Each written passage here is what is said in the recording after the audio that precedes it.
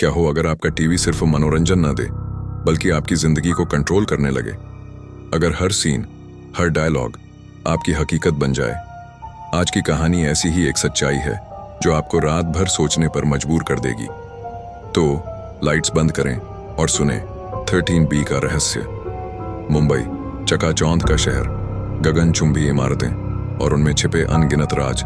मनोहर, जिसे सब प्यार से मनो बुलाते हैं, अपने परिवार के साथ अपने सपनों के घर में शिफ्ट हुआ था। एक नया आलीशान अपार्टमेंट, 13वीं मंजिल, फ्लैट नंबर 13B। उसकी पत्नी प्रिया, माँ, बहन और बहनोई सब खुश थे। ये उनका नया आशियाना था, लेकिन उन्हें क्या पता था कि इस फ्लैट की दीवारों में कुछ ऐसा छिपा है जो उनकी जिंदगी को हमेशा के लिए बदल देगा। सब कुछ ठीक चल रहा था, नया घर, नई शुरुआत। लेकिन फिर एक रात उनके नए टीवी पर एक सीरियल शुरू हुआ। नाम था सब खैरियत है। पहले तो यह सिर्फ एक साधारण सीरियल लगता था, लेकिन मनो को जल्द ही कुछ अजीब महसूस होने लगा। सीरियल में जो भी होता वो कुछ ही देर बाद उनके घर में सच हो जाता। सीरियल में एक किरदार सीढ़ियों से गिरता और कुछ ही मिनटों बाद मनो की मां किचन में फिसल कर गिर पड़ती। सीरियल में दो किरदारों का झगड़ा दिखता और उसी रात प्रिया और मनो की बहन में बेवजह तनाव बढ़ जाता। लेकिन असली डर तब शुरू हुआ जब सीरियल में एक किरदार की आंख में चोट लगती है और ठीक उसी पल मनो की बहन की आंख में कुछ चला जाता है। खून, दर्द और चीखें।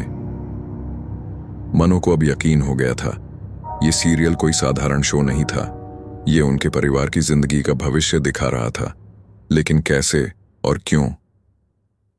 मनो ने टीवी बंद करने की कोशिश की, रिमोट फेंका, केबल काटा, यहां तक कि टीवी को बेचने की भी सोची। लेकिन हर बार वो सीरियल वापस आ जाता, कभी पड़ोसी के टीवी से, कभी फोन की स्क्रीन पर, कभी रेडियो की आवाज में। सीरियल की कहानी अब और डरावनी होती जा रही थी। हर एपिसोड में कुछ न कुछ भयानक घटता। एक किरदार का एक्सीडेंट, किसी का गायब होना और अब मौत का साया।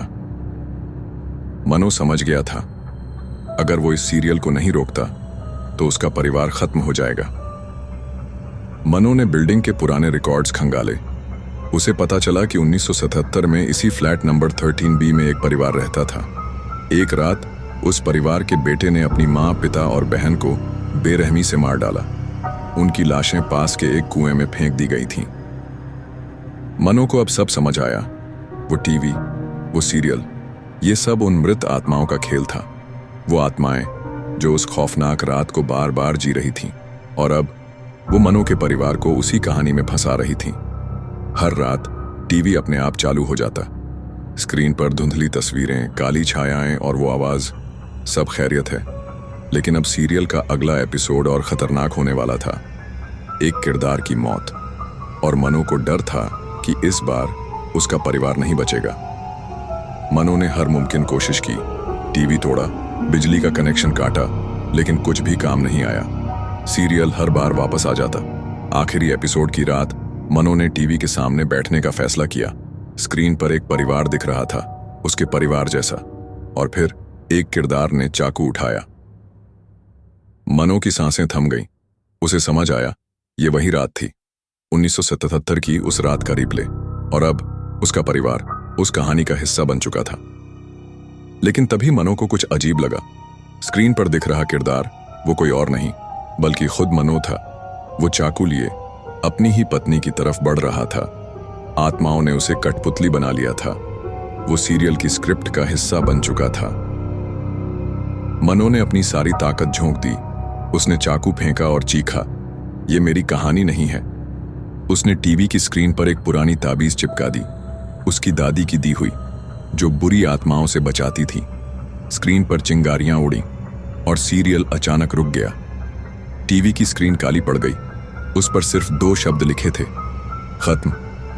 मनो का परिवार बच गया, लेकिन फ्लैट नंबर 13B की वो खौफनाक रात उनके जहन में हमेशा के लिए बस गई।